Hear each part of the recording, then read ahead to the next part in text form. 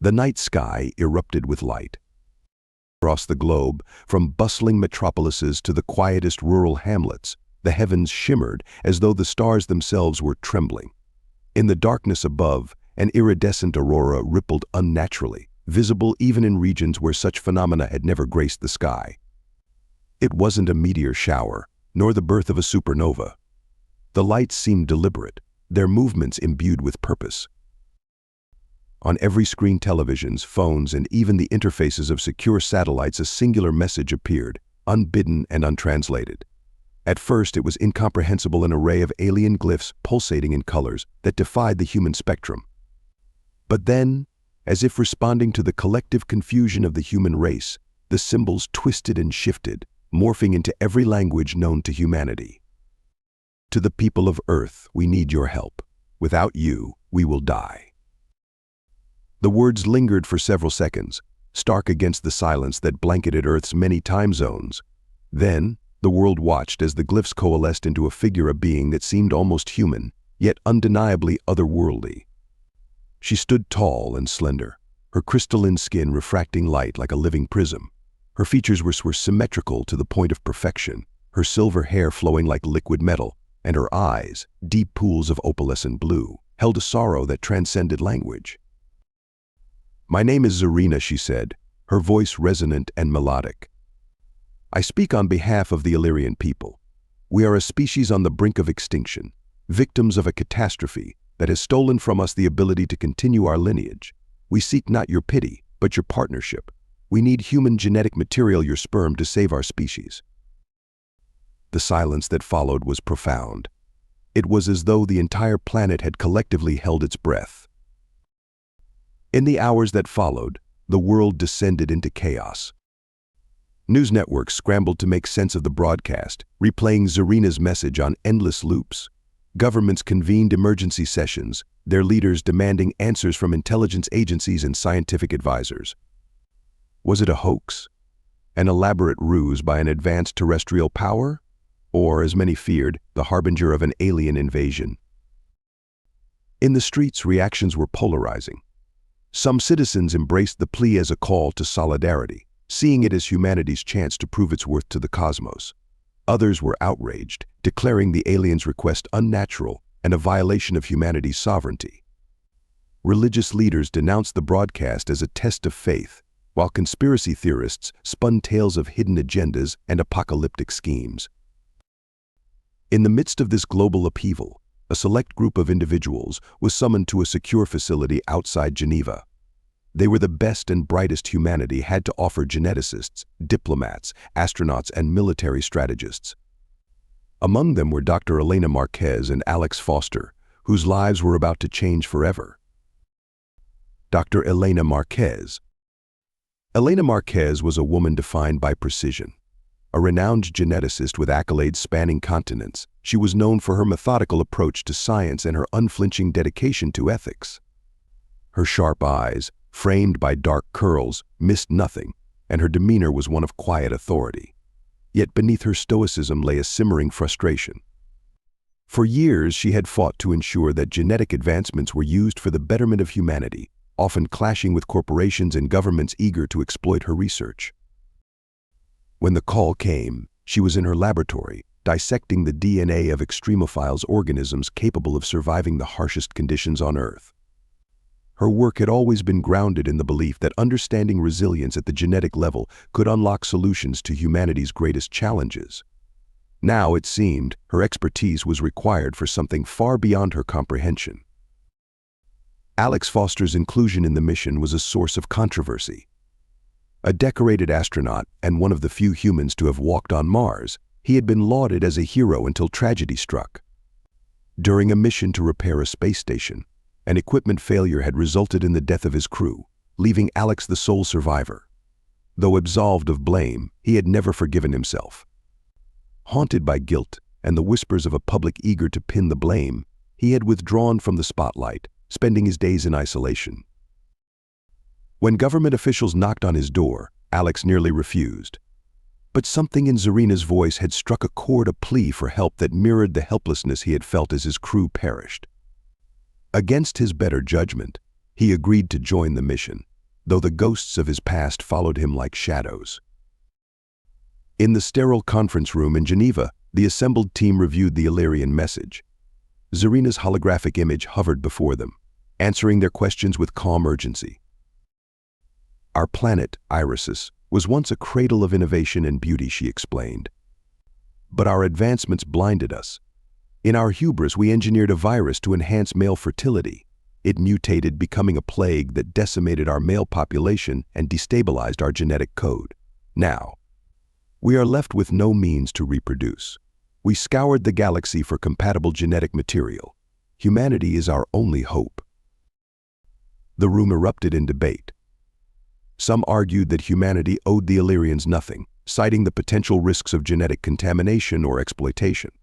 Others saw an opportunity for unprecedented scientific collaboration. Elena voiced her concerns about the ethical implications of the request, while Alex questioned the Illyrians' true intentions. "We're not asking you to act blindly," Zarina said, her voice tinged with desperation. "We will share our technology, our knowledge, anything you wish. But please, help us save our people."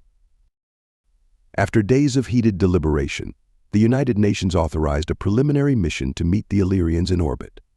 A specialized spacecraft, equipped with advanced medical and communication technology, was launched. On board were Elena, Alex, and a small team of experts tasked with evaluating the Illyrians' plight. As the ship ascended, the Earth shrank into a blue marble below. Alex sat in silence, his hands gripping the armrests, while Elena meticulously reviewed data on her tablet. Neither spoke, the enormity of their mission weighing heavily on them. When they approached the Illyrian mothership, the Astraeus, it was like nothing they had ever seen. The ship was a vast crystalline structure, its surfaces shimmering like liquid diamond. It radiated an unearthly beauty, its design seemingly organic yet impossibly precise.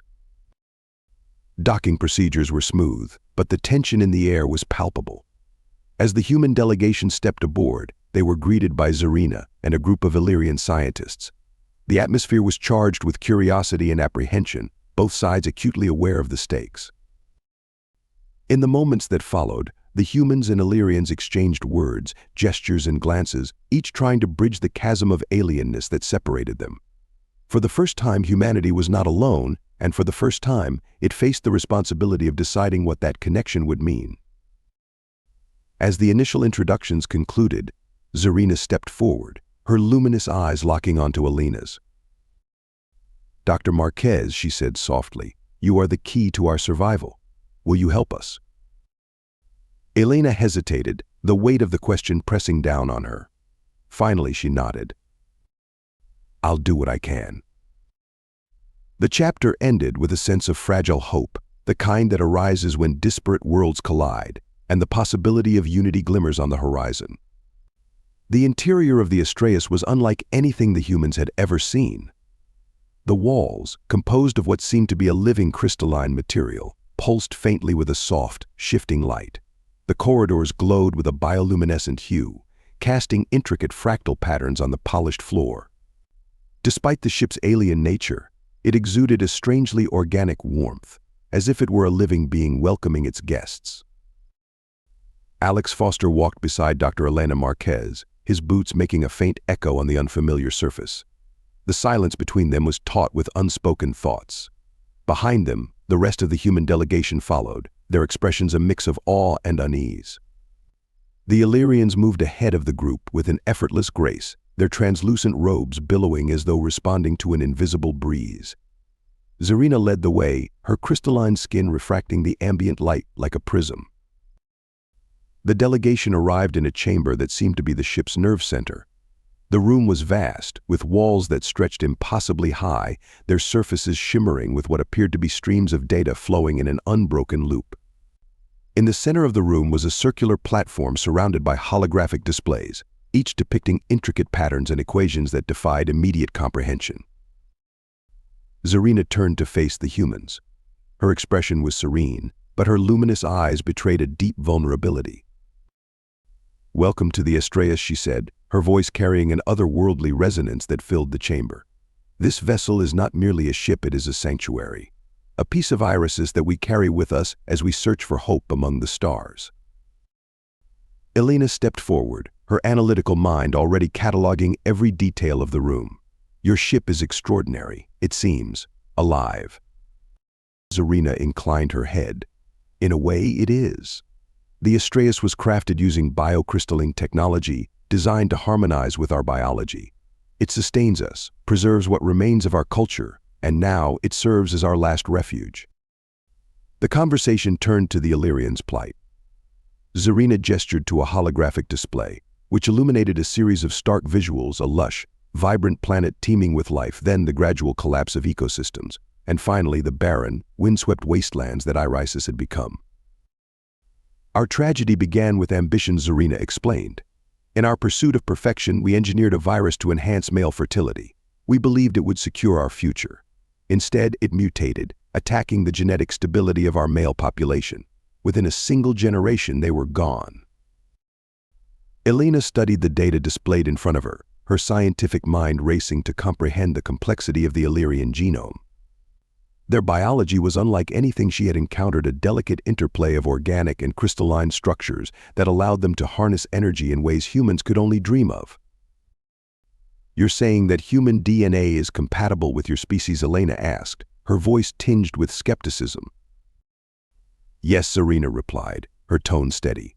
Human genetic material resonates with our biological matrix in ways no other species does. It is not just compatibility, it is harmony. Alex, who had been silent until now, leaned forward. How do we know this isn't a one-sided experiment? That you're not just using us to fix a problem of your own making? Zarina's gaze softened. I understand your hesitation, Alex Foster, but this is not merely about survival. It is about partnership. If we succeed, we can share knowledge that will elevate both our species. If we fail, then we are lost. As discussions continued, the humans were introduced to Lyra, an Illyrian scientist who specialized in bioengineering. Her crystalline features were adorned with faint golden veins, and her voice carried an urgency that mirrored her people's plight. Lyra led Elena and her team to a laboratory, a chamber filled with crystalline instruments that glowed faintly with a pulsating rhythm. The equipment seemed to hum with life, reacting to their presence. We have attempted genetic integration with other species, Lyra explained, showing holographic records of failed experiments. Each attempt destabilized the embryos, leading to catastrophic failure. But with human DNA, we have seen promising results. Elena examined the data, her skepticism giving way to cautious optimism. The holograms displayed embryos that were partially Illyrian, partially human. While many had failed, a small percentage showed signs of viability. It was an unprecedented fusion of two distinct biologies. This could work, Elena murmured, her mind already formulating experiments to confirm the findings. But the risks are enormous. There's no guarantee the resulting offspring would be stable or that they could survive. Lyra nodded. We are aware. That is why we seek your guidance. While Elena and Lyra delved into the science, Alex found himself drawn into conversations with Zarina. She took him to a chamber that served as a repository of Illyrian culture.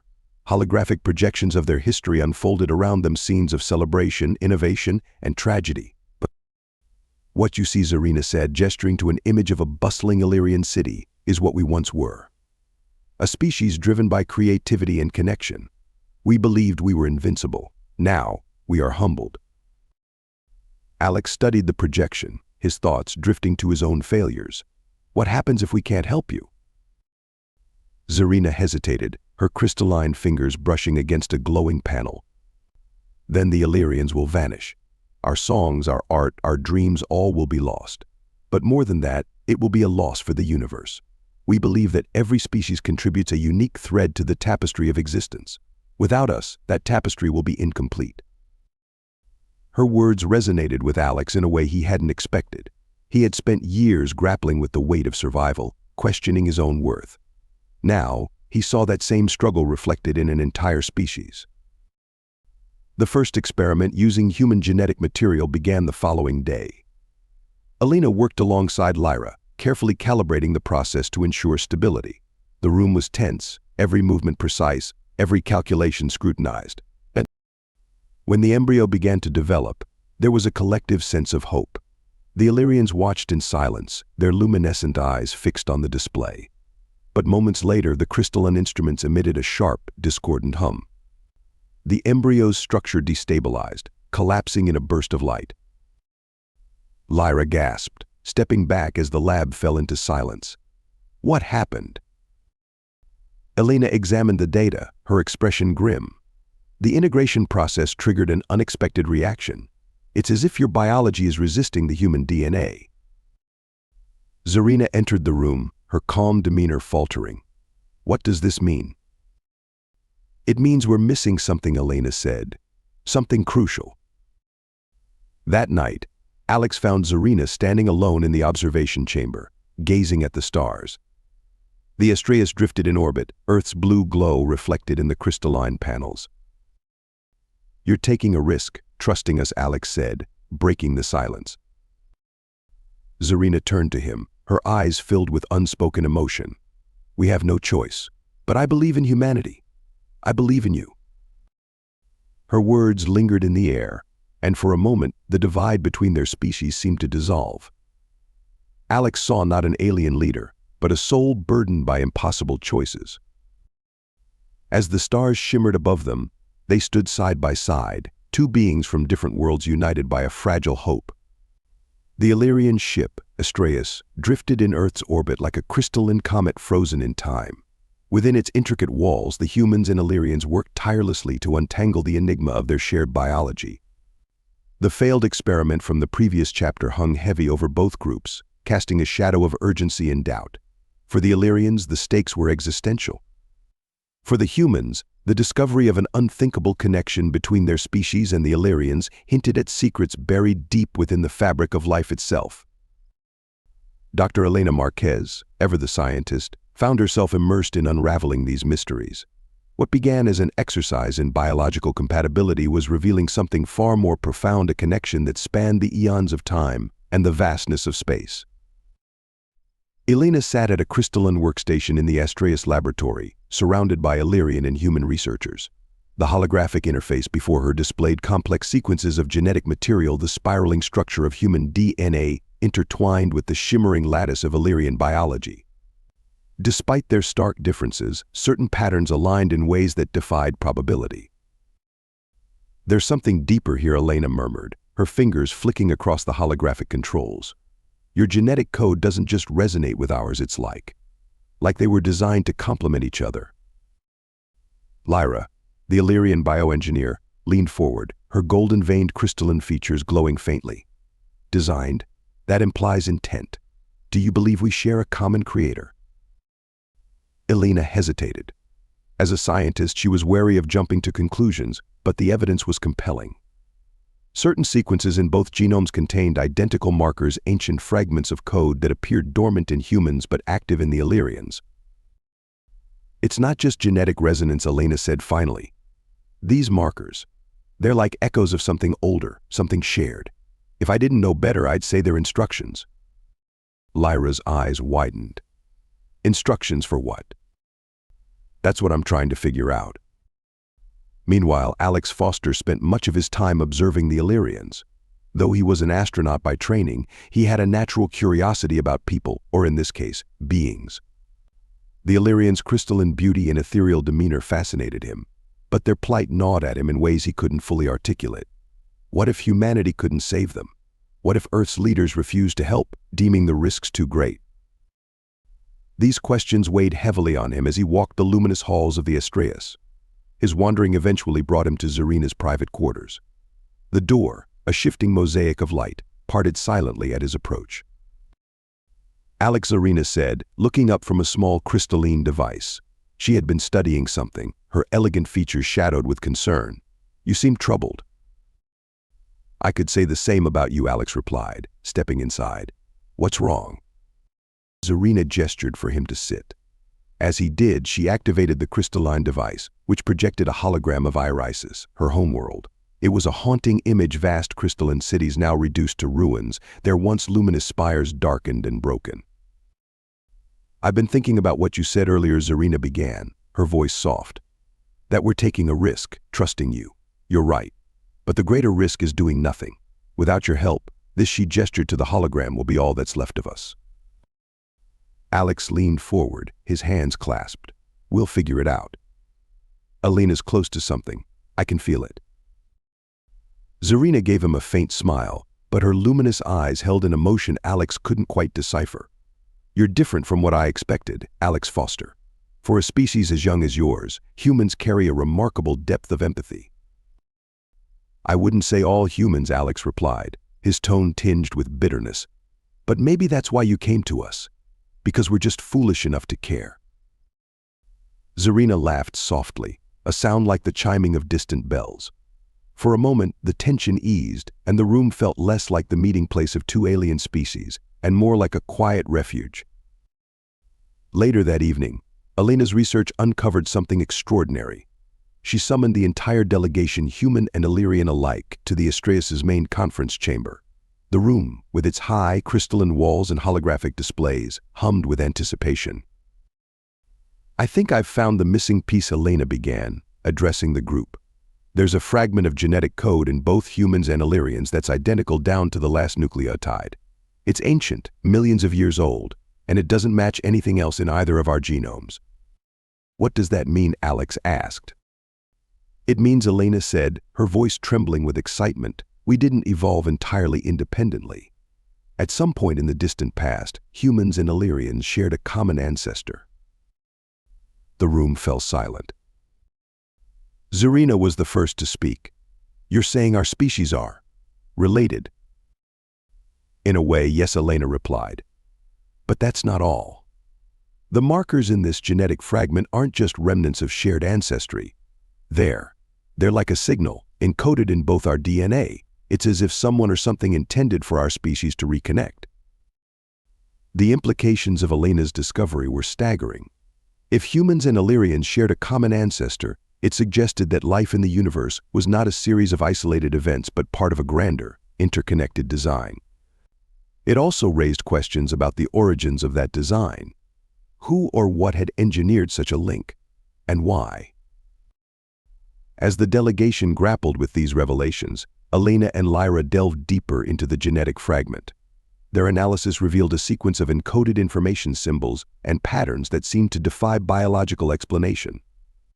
It was a message, but its meaning remained elusive. Not everyone welcomed the discovery. Among the Illyrians, dissent simmered.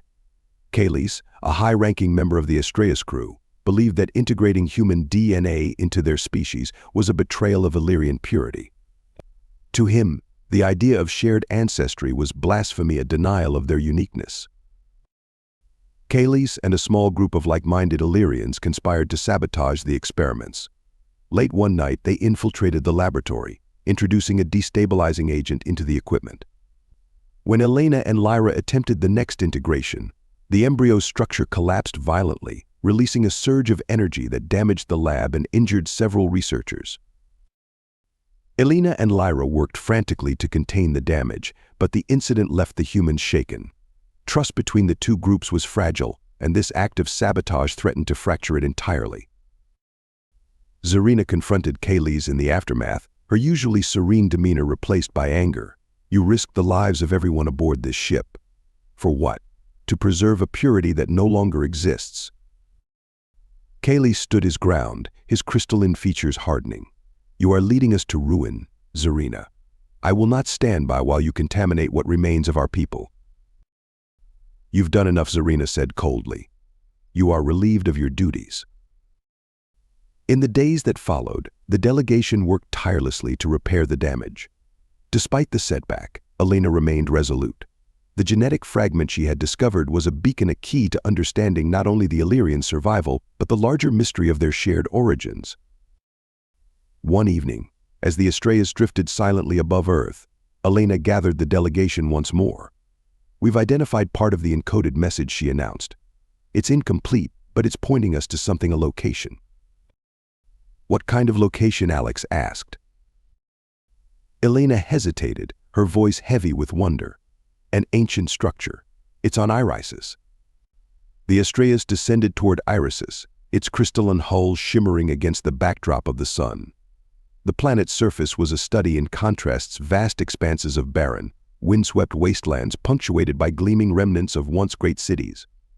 Towering crystalline spires lay shattered, their fragmented shards scattered like frozen tears over the desolate landscape. What remained of Irisis was hauntingly beautiful, a broken masterpiece.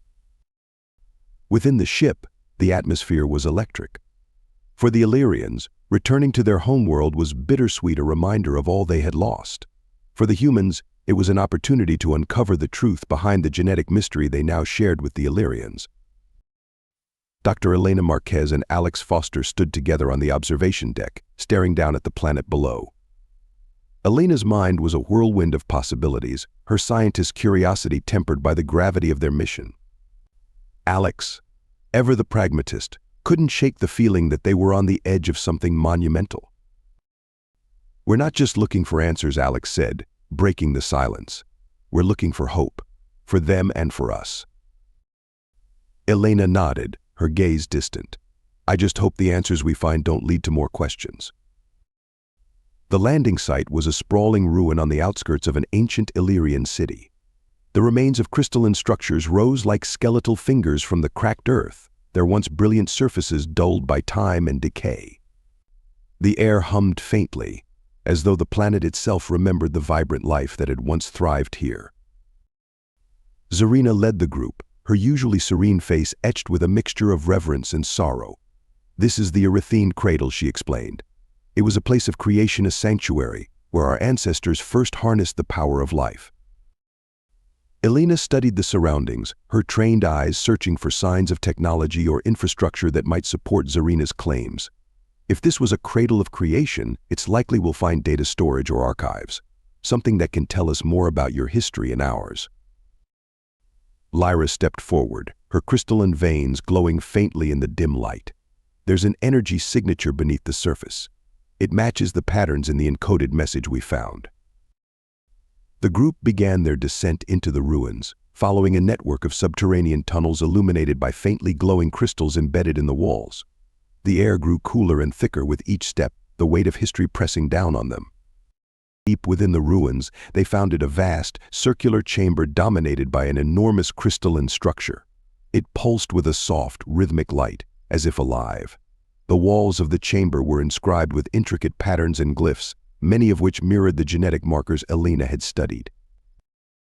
"This is it," Lyra whispered, her voice trembling. "The source of the signal."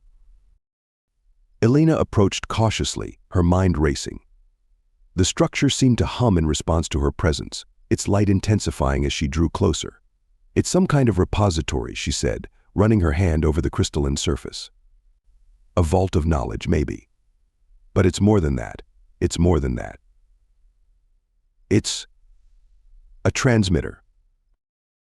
"A transmitter for what?" Alex asked, stepping up beside her. "Life," Elena replied. "I think this is where your ancestors and ours were created."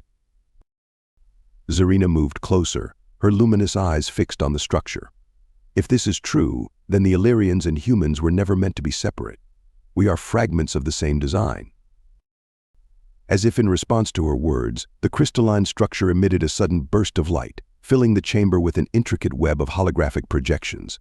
Images of galaxies, planets, and star systems swirled around them, each connected by glowing lines. At the center of it all was a symbol, a spiral pattern that resonated with something deep and primal in both humans and Illyrians. "This is a map," Elena said, her voice barely above a whisper. "A map to our origins." Back aboard the Astraeus, the data retrieved from the ruins sparked a renewed sense of urgency. The Illyrians were running out of time. The fragile embryos created in earlier experiments had failed, but the knowledge from the Erythene cradle offered new insights. With its guidance, Elena and Lyra developed a new method, one that integrated human and Illyrian DNA with precision and stability. The first hybrid embryo was created in silence, the weight of the moment heavy in the laboratory. The embryo's development was closely monitored, every heartbeat a testament to the fragile alliance between the two species. When the embryo stabilized, a collective sigh of relief swept through the lab. Zarina placed a hand on the incubator, her expression a mixture of wonder and hope. "We will call her Aelira," she said, her voice trembling. "A name that means unity." Back on Earth, news of the hybrid spread like wildfire. The world was divided. Some hailed it as a triumph of science and compassion, a symbol of humanity's willingness to extend its hand to those in need.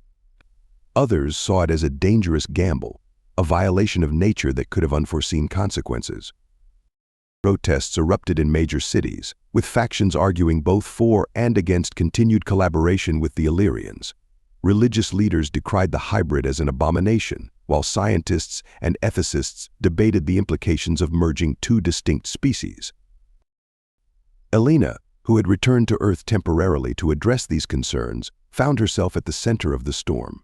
She stood before the United Nations, her voice steady despite the chaos. "This isn't just about saving the Illyrians," she said. "It's about understanding who we are and where we come from. The discovery of our shared origins isn't a threat, it's a gift, a chance to redefine what it means to be alive in this universe." Her words resonated with some, but the divide remained. Months later, aboard the Astraeus, the first hybrid child was born. Aelira was unlike anything either species had imagined. Her translucent skin shimmered with a subtle glow, her features a perfect blend of human and Illyrian traits. Her cries were soft yet resonant, echoing through the ship like a melody. For Zarina and the Illyrians, Aelira represented the continuation of their species. For Alex and Elena, she was proof that collaboration and trust could overcome even the greatest challenges. As Aelira grew, her mere presence seemed to bridge the gap between the two species. She was a living embodiment of unity, a reminder that differences could be strengths rather than weaknesses. The final piece of the puzzle came when the Astraeus detected a signal from the map retrieved in the Erythine cradle. It originated from a distant star system, light years away. The signal's frequency matched the encoded message in both human and Illyrian DNA, suggesting that their shared ancestry was part of a larger design. "This signal could lead us to the progenitors," Elena said, her voice tinged with awe. "The ones who created both our species. If we follow it, we might find answers to questions we've been asking for millennia." The Illyrians prepared to leave Earth's orbit, their mission of survival now intertwined with the quest for their origins. Alex, moved by his bond with Zarina and the Illyrians, made the decision to join them on their journey. Elena, meanwhile, chose to stay behind, vowing to advocate for unity on Earth and continue the work they had begun. As the Astraeus departed, its crystalline hull shimmering against the stars, both humans and Illyrians looked toward the future. The birth of Aelira and the discovery of their shared origins had not only ensured the survival of one species, but had also forged a bond between two worlds. The final image was one of Hope, a small, hybrid child cradled in Zarina's arms, her gaze fixed on the stars, where endless possibilities awaited. Thus the dawn of unity began, a fragile but enduring promise of harmony in an infinite cosmos.